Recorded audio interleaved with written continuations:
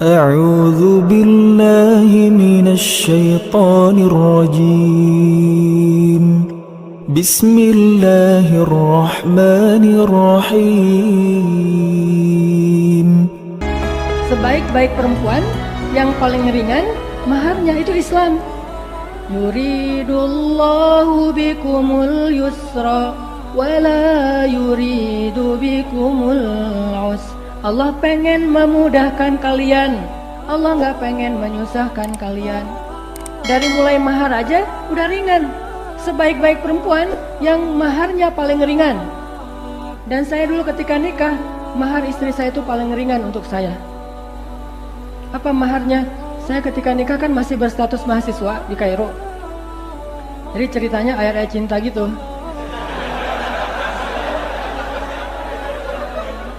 Walaupun saya anak tukang pangkas, tapi alhamdulillah Allah kasih banyak kemudahan. Saya nikahnya tuh di Masjidil Haram loh. Nikahnya di Masjidil Haram. Cuman kita nikahnya itu video call gitu. Nikahnya pakai video call. Saya lagi haji, calon mertua alhamdulillah qadarullah haji juga. Istri saya di Mesir. Waktu itu belum jadi istri. Calon istri saya di Mesir. Kita video call, cuman kalau dulu kan video callnya tuh mahal, nggak kayak sekarang. Nelfon, saya terima nikahnya, terus saya udah selesai akad, kita suami istri loh. Oh iya, gitu. Nah, pas mau nikah, saya kan berangkat ke Mesir itu modalnya, mungkin teman-teman ada yang pernah nonton di YouTube lah cerita saya berangkat ke Mesir, lulus pesantren, pengen ke Mesir tapi nggak punya duit, ikut tes beasiswa nggak lulus. Soalnya nggak pinter lah ya. Pas ikut tes beasiswa disuruh apa, saya ngomong apa. Dia ngomong apa, saya ngomong apa. Pokoknya nggak lulus aja. Akhirnya pas lihat daftar yang lulus, saya nggak ada di situ. Oh nggak lulus, ya udah deh. Saya kuliah di sini aja. Terus, tapi saya setiap nonton dulu tuh ada dunia dalam berita ya. Nggak kayak sekarang. Dulu ada dunia dalam berita. Terus di akhir dunia dalam berita kan suka ada perkiraan cuaca gitu. Suka ada Kairo. Penasaran, pengen banget ke Kairo. Terus ustadz-ustadz saya juga banyak yang pulang dari Kairo, cerita Kairo tuh keren segala macam. Pengen pokoknya ke Kairo, walaupun nggak kuliah juga pokoknya ke Kairo. Alhamdulillah sejak kecil beberapa kali saya juara musabakoh. Akhirnya ngumpulin ada 10 juta modal berangkat ke Kairo. Pas daftar ke travel, ternyata biaya ke Kairo itu emang 10 juta tiket return. Soalnya visa saya itu visa turis. Dan gak ada biaya hidup untuk tinggal di Kairo. Akhirnya saya mulai galau. Berangkat nggak ya? Saya nanya ke Ustadz, saya kayaknya nggak jadi ke Kairo deh. Kenapa? Biayanya nggak cukup. Berapa emang? Adanya cuma untuk ongkos tiket doang, nggak ada biaya hidup, nggak kenal siapa-siapa, nggak ada beasiswa. Ustadz saya cuma ngasih satu nasihat yang sampai hari ini saya ingat. Apa kata Ustadz saya? Nan, kamu percaya nggak Allah di Indonesia sama Allah di Mesir itu sama? Ya iya dong Ustadz, masa Allahnya beda? Nah, sekarang Ustadz tanya, yang ngasih kamu makan di Indonesia siapa? Kan nggak mungkin kalau udah gitu saya bilang orang kan ya, atau orang tua. Allah dong Ustadz. Ya udah kalau Allahnya sama, Allah yang ngasih kamu makan di Indonesia, Allah juga yang ngasih kamu makan di Mesir. Ya juga ya. Kamu di Indonesia punya keluarga? Punya orang tua, keluarga semuanya. Cuma satu doang yang belum punya, dia. Cuman saya nggak ngomong kayak gitu. Terus kata ustaz saya, ya udah berarti nanti Allah juga yang akan ngasih kamu keluarga di Mesir.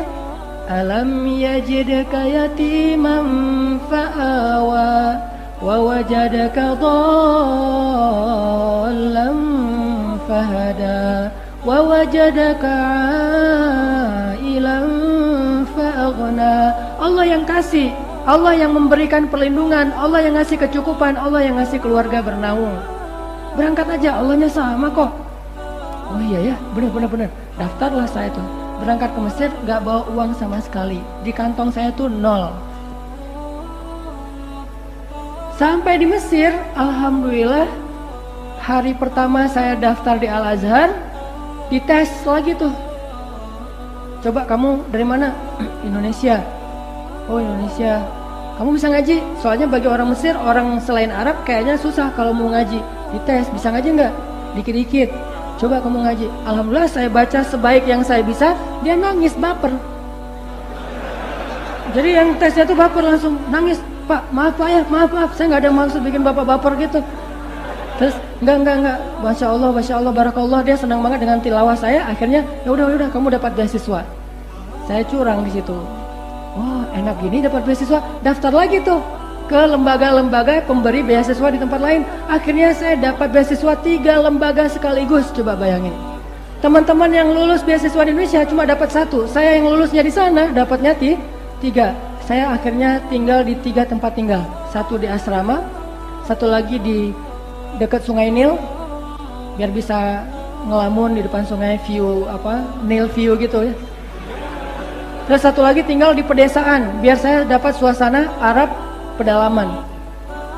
Dan di pedesaan itu saya ada pengalaman unik banget. Di dekat rumah saya itu ada kandang keledai. Dan kita tahu kan hadis kata Nabi, kalau kalian mendengar suara anjing atau suara keledai, maka berta'awuzlah, karena itu ada setan ya, anjing sama keledai.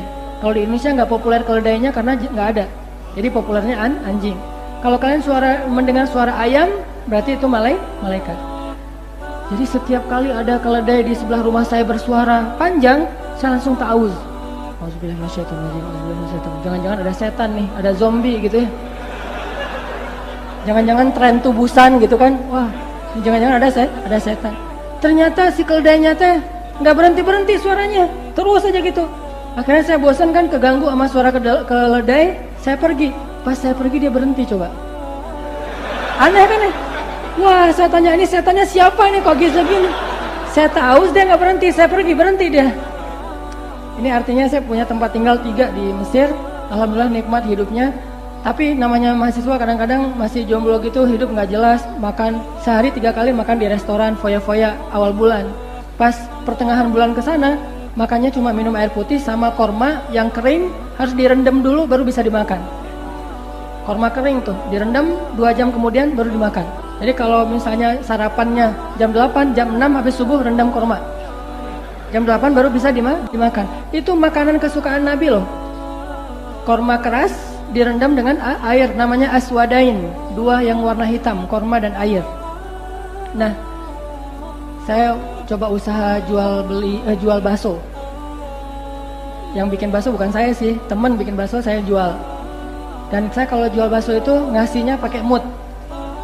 Kalau saya lagi mood ngasihnya banyak, kalau lagi bete ngasihnya dikit.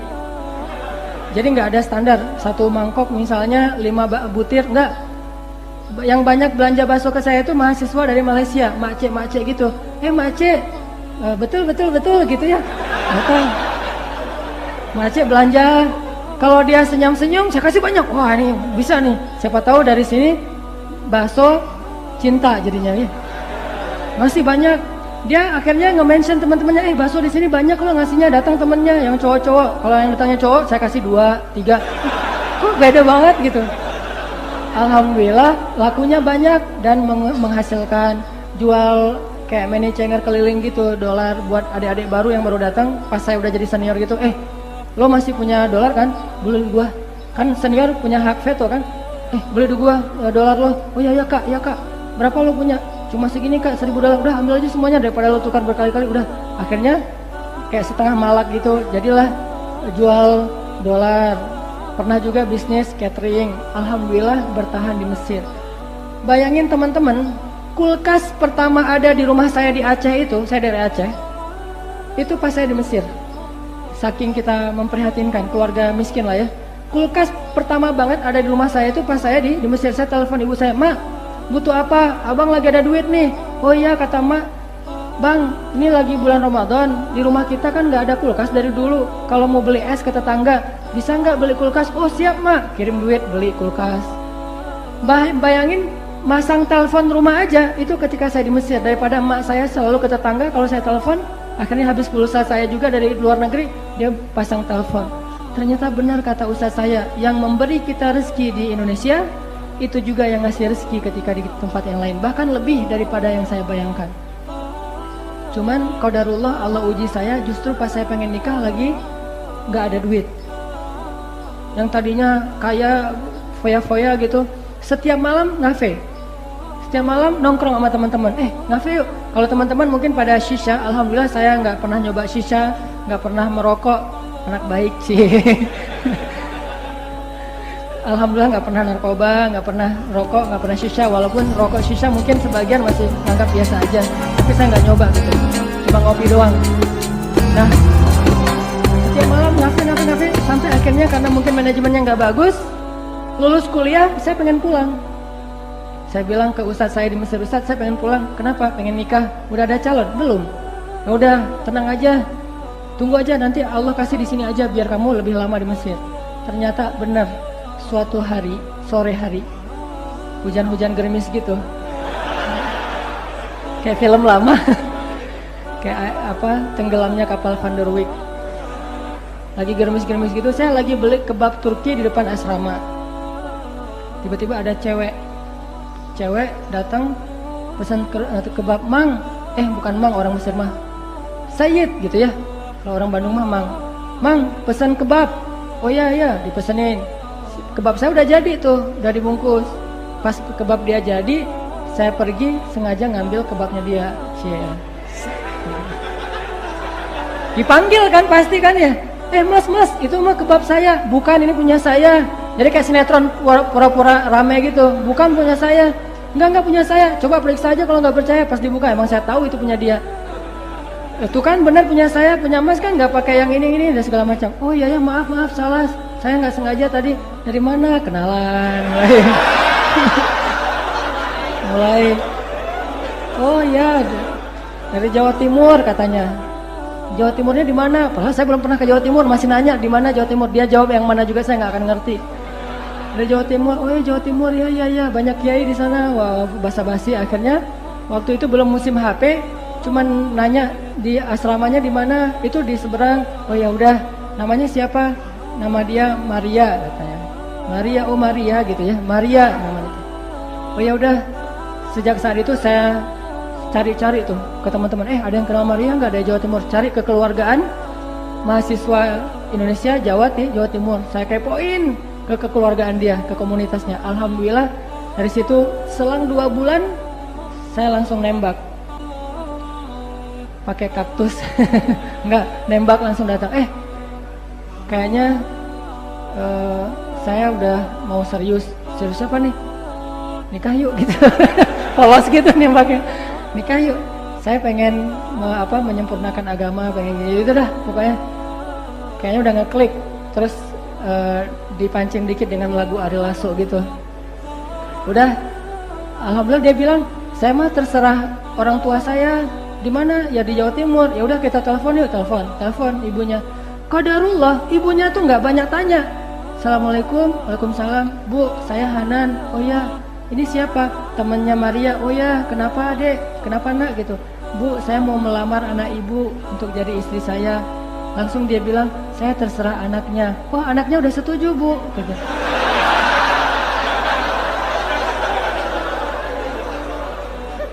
Anaknya udah setuju bu. Oh ya udah kalau gitu ya. Jadi bisa ya bu, siap ya bu, boleh ya bu. Terus aja ditodong-todong gitu. Ibunya akhirnya bilang iya, alhamdulillah.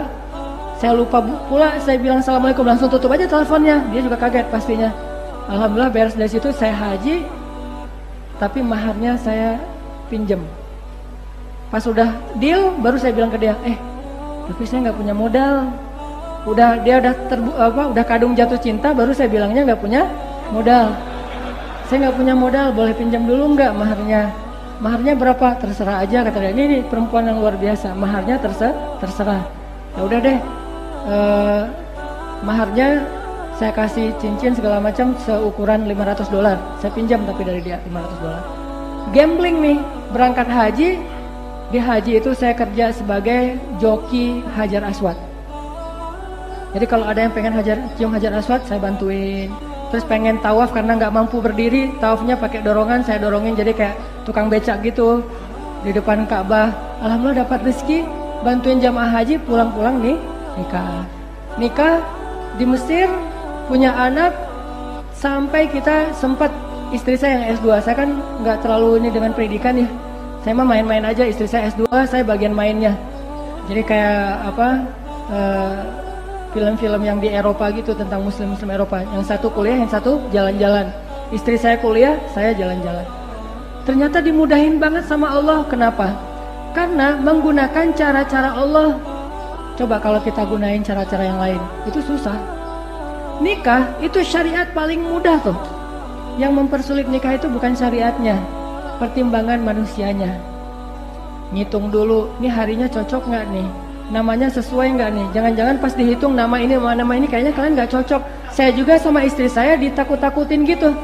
Kata teman saya, lu nggak cocok lo sama dia. Kalau dipaksain nikah, kalian nggak akan bertahan lebih dari 1 tahun. Saya makin digituin, makin penasaran. Ya udah, gua nikah aja. Kita lihat aja nanti bisa bertahan nggak lebih dari 1 tahun. Ternyata sekarang udah lebih dari 10 tahun. Jadi yang mempersulit syariat itu bukan Allah, justru kitanya dengan pertimbangan-pertimbangan kita. Mikirin hari nikahnya, mikirin kadang-kadang kan kalau datang ke calon mertua suka ditanya kerja di mana dek, gitu kan ya. Padahal betapa banyak orang yang menikah itu nggak punya modal, tapi Allah mudahkan justru setelah menikah. Karena kalau kita belum nikah, rezeki kita itu cuma jatah kita doang. Tapi kalau udah nikah, jadi 2 orang yang punya jatah rezeki, sehingga Allah mudahkan. Habis saya nikah, saya ditawarin ngambil rekaman di TV Mesir. Jadi saya ikut audisi gitu ya, ngantri terus cerita masa lalu gitu biar baper gitu ya. Dan selesai itu ikut audisi. Dari sekian ratus yang ikut audisi, alhamdulillah diambil 10 orang terbaik dan saya masuk 10 besar. Ambil rekaman di TV, itu semuanya terjadi setelah menikah. Ada aja rezeki dari Allah SWT. Sebetulnya ini penting buat calon-calon mertua, gak usah khawatir. Karena Allah gak bakalan mengecewakan hamba yang pengen menjalankan syariat Allah. Gak ada orang yang gara-gara pengen beribadah kepada Allah terus hidupnya jadi susah, itu gak ada. Termasuk menikah itu adalah ibadah syariat. Gak mungkin jadi susah gara-gara pernikahan, gak mungkin. Jadi kalau kita ngomongin nikah itu jangan cuma yang dibicarain bayar listrik, bayar air, tunggakan sekolah anak. Bukan itu. Kalau nikah itu banyak yang lebih seru daripada sekedar bayar listrik. Bayar listrik mah sebulan sekali. Sedangkan 29 hari selama sebulan itu ngapain? Cinta. Nikah itu syariat yang udah selain mudah, nyaman, pahalanya tuh luar biasa. Memandang wajah istri aja berpahala, bayangin. Makanya orang yang udah menikah, sekedar ngelihat wajah istrinya, bagi orang yang masih jomblo itu kayak sholat 2 rakaat loh. Kalau masih jomblo, lu lagi ngapain? Lagi sholat di masjid 2 rakaat. Terus lu lagi ngapain? Enggak, lagi nongkrong doang sama istri. Enggak, sholat duha lu. Enggak, udah ngelihat wajah istri. Cie. Ngelihat wajah istri juga pahalanya kayak sholat 2 rakaat. Walaupun tetap tidak menggugurkan perintah untuk sholat duha, tapi tetap pahalanya luar biasa. Nikah, ucapannya juga berpahala. Kayak saya lagi jalan sama istri, atau lagi makan berdua. Saya kalau lagi makan sama istri itu suka 1 piring, nggak mau 2 piring. Gelas juga 1. Jadi kalau udah nikah tuh di rumah gelasnya cuma 1 aja. Karena Nabi SAW kalau minum itu pasti bekas dari bibirnya Aisyah. Jadi kalau ada gelas, Aisyah minum, Rasul dulu, Aisyah dulu. Akhirnya Aisyah minum. Nabi perhatiin, oh itu bagian bibirnya. Dicari sama Nabi, Nabi minum dari bagian bekas bibirnya Aisyah. Sekarang orang bid'ah. Bid'ahnya gimana? Di rumah gelasnya ada 2, papa, mama. Itu minum bid'ah. Kalau minum yang sunnah, tidak ada gelas papa mama, yang ada gelas kita. Gak ada papa mama, adanya gelasnya kita gitu. Dan love. 1 kalau lagi makan, 1 piring, 1 gelas, istri saya duluan makan, saya perhatiin aja, ngeliatin. Terus dia bilang, ngapain sih ngeliat orang kayak gitu? Enggak, saya lagi heran. Heran kenapa? Iya, saya kayak ngeliat, baru tahu ada bidadari makan makanan manusia. Wih, jangan soal apaan sih segala macam. Ini gombal-gombal yang beda dengan Andre Taulani ya. Kan kalau yang standar mah, ayah kamu tukang las ya? Kok tahu gitu ya? Nyasar gitu, lagi nyetir mobil, nyasar. Ini kita kayaknya salah jalan deh. Iya ya, salah jalan ya.